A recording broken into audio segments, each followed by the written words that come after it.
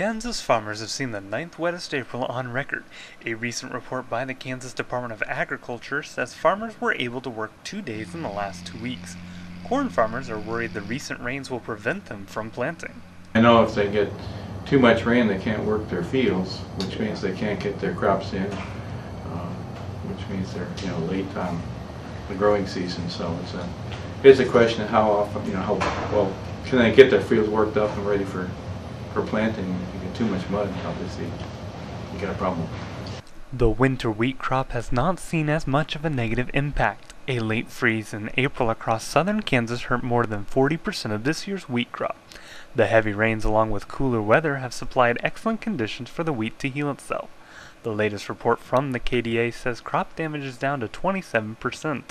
The flooding rains have farmers complaining in areas not affected by the late freeze.